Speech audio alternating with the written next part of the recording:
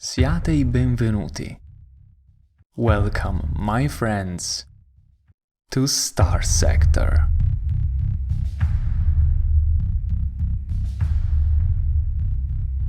I can visit to get back to normal speed.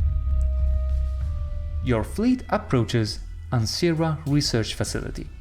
Your fleet transmits identification codes via the transponder and you are soon granted docking clearance. Now we need to open the COM directory, and here is the station commander, Cascade Beach. You connect to the local COM directory and browse the public and otherwise known listings. You transmit the COM's ID and wait for the system to establish a connection. Your connection request is accepted surprisingly quickly, given that the citizen has many responsibilities. I struggle to understand what these lines mean.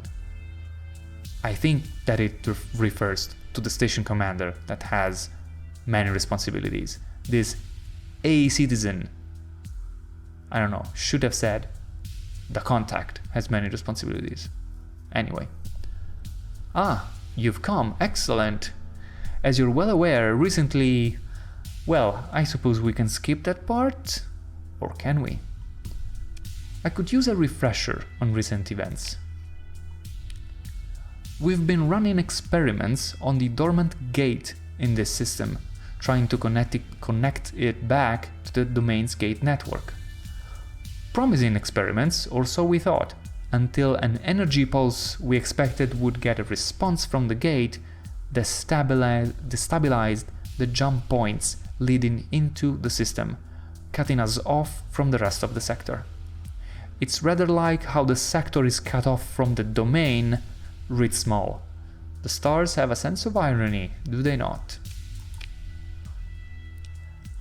The miners of the Rinkyu station, which is also located in this system and was operating near a subsistence level, were hit the hardest. They turned to piracy, intercepting one of the last food shipments to come in. Out of desperation, no doubt, but there were deaths, and they have put themselves well outside the law. Their leaders know that if the jump points are stabilized and the system is once again part of the sector, they can look forward to a life sentence at a penal colony at absolute best. Alright, now where do I fit in? The miners turned pirate are guarding the jump points, preventing us from gathering recent readings and coming up with a way to stabilize them. We do have a security detachment that could handle their forces, but they're tied up defending Ansira. The pirates are too much for you to take on, but fortunately you don't have to. We've got an agent on the Rinkyu station who was able to gain access to recent sensor readings from the ships guarding the jump points, but they have not been able to get a long-range comm array to send the data to us. That's where you come in. Head to the Rinkyu and retrieve the data from our agent and return here. What's in it for me? Ah, a mercenary. Some credits, naturally, with more along the way. And if all goes to plan, we'll be able to reconnect with the rest of the sector, such as it is. We gained 2000 credits. What's the plan? First off, make sure to turn off your transponder once you undock. I've instructed the security detachment not to give you any trouble about that. If you're lucky, the pirates may even think you're one of their own and let you approach the Rinkyu without any trouble. Still, it makes sense to go dark as you get closer, to make sure you can't get too good a reading. They can get too good a reading on your fleet. We gained the ability to go dark. And if they do notice me, then you're in trouble. Activate emergency burn to get out of there, lose them, and then come back around to try again. Don't e-burn unless you really need to, though. It's hard on the ships, and will cost you more supplies to recover from. Eats up a good chunk of fuel too, so we gain the ability Emergency Burn, which is basically a big boost in speed at the expense of combat readiness and fuel. Very well. Excellent. Thank you for being willing to help. Come back when you've got the data. Good luck. Cut the com link. We could stop for a second and trade goods.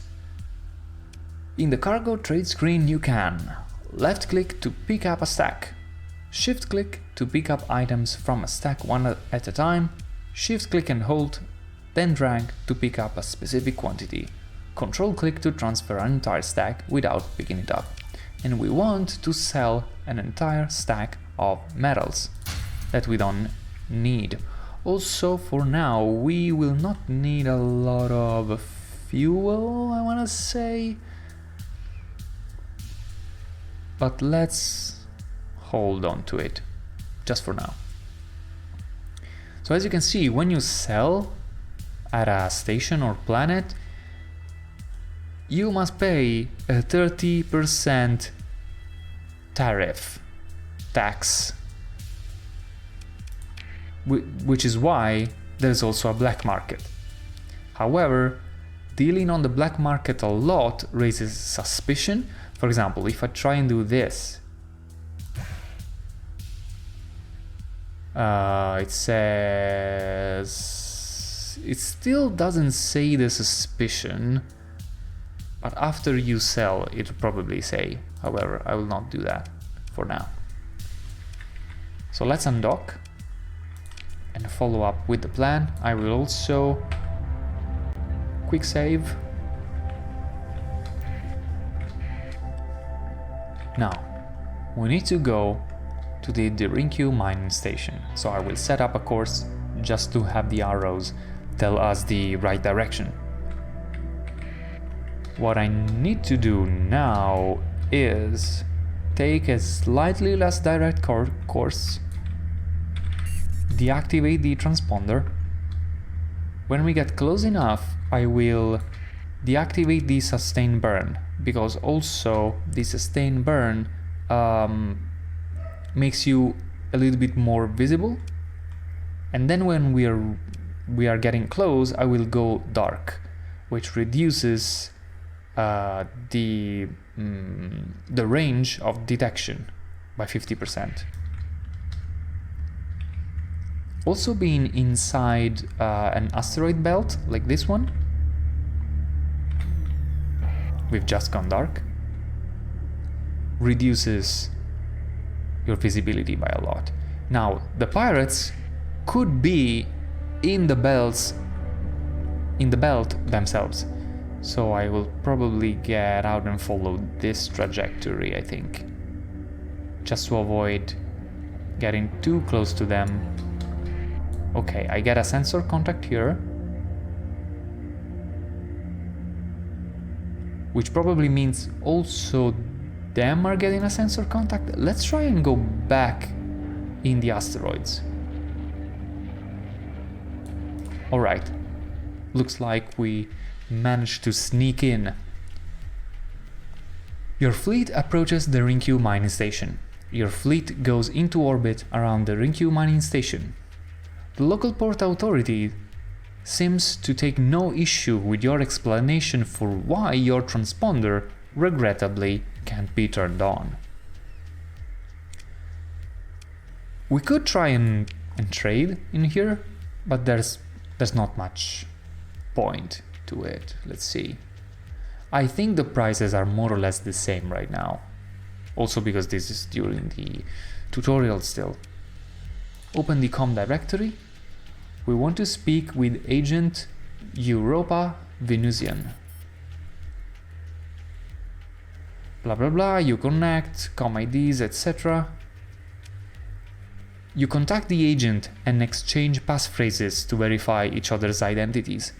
The agent then transmits a data file with recent raw sensor readings of the unstable jump points. Okay, You cut the comlink after exchanging a few pleasantries. We are done in here. We want to go back to Ansira as quickly as possible, so I will enable the sustained burn. As soon as I did, we became visible to the pirates, even though we cannot see them yet. These waves in here represent their detection range. Anyway, now we are too fast for them to be able to catch up. Let's lay in a course. Again, you don't have to lay in a course, but the arrows make it so much easier not to get lost.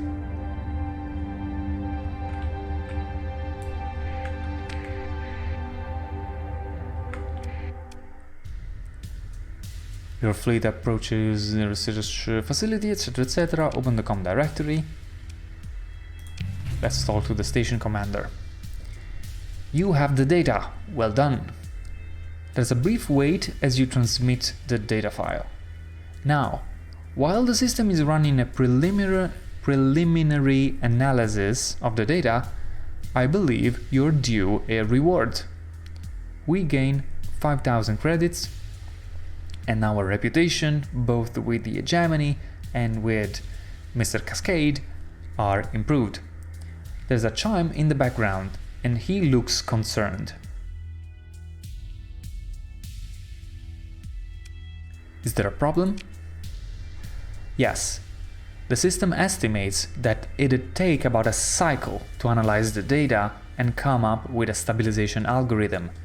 Naturally, by then, the data would be out of date and any algorithm based on it meaningless. If we had an AI core on hand, we could analyze the data more quickly. Fortunately, there's a survey probe somewhere in this system, one left over from the initial exploration of the sector by the domain. It should have at least one AI core serving as its brain. Where is it, and why hasn't it been salvaged before? To answer your second question, domain artifacts are usually protected by automated defenses that still function to this day, and this probe is no exception. And the Hegemony generally forbids civilian interference with domain artifacts, for the sake of public safety, of course. Desperate times, however. As to where it is, my data indicates it's somewhere beyond the orbit of Pontus. Get there, then head out beyond the asteroid belt and use the active sensor burst. You should at the very least get a sensor contact with the probe. Head towards it, perform salvage, and bring back an AI core. Pontus is a gas giant in the outer system. To see its name on the map, you might have to turn off the inhabited option in the map filter. We gain the ability Active Sensor Burst. I'll see what I can do. Let's go there. Let's open the map. Pontus is this planet here. Now, we don't want to get too close to the star, because the sun's corona can damage the ships. So I will use a wider trajectory around the sun, and the rays effect is generally a good indication of where you don't want to be. So we have to go to Pontus, and then we have to scan around Pontus, actually near the asteroid belt here, to find this probe. We got the active sensor burst, which is bound to 3. If you look at the radar here, we got a ping, a sensor contact in this direction. And we can also, yes, we can also see here. We want to start moving there. our sustain burn got deactivated. You cannot sensor burst and sustain burn at the same time. There it is. Let's approach the domain era probe. Okay, we are we can't get straight to it because when you have the sustain burn on, your ability to steer is very impeded. Your fleet approaches a domain era probe left from the initial domain exploration of the sector. Pitted by small impacts, the probe's hull displays iridescence typical of fearsome radiation scarring. Though this probe's manufacture could well date to 1,000 cycles ago, some systems are still nominally active. We decide to explore. As your fleet moves in closer, several energy signatures are detected coming online inside the probe's hold. We get to engage the automated defenses consisting of just one small ship, which is a defender drone. Engage the automated defender. We don't need to transfer. We want to pilot the Wolf and deploy. As later I want to select 2 to manually control these Swarmer missiles. And by the way, I can be even a little bit more aggressive than before. When there's just one small target, I can just let loose all the missiles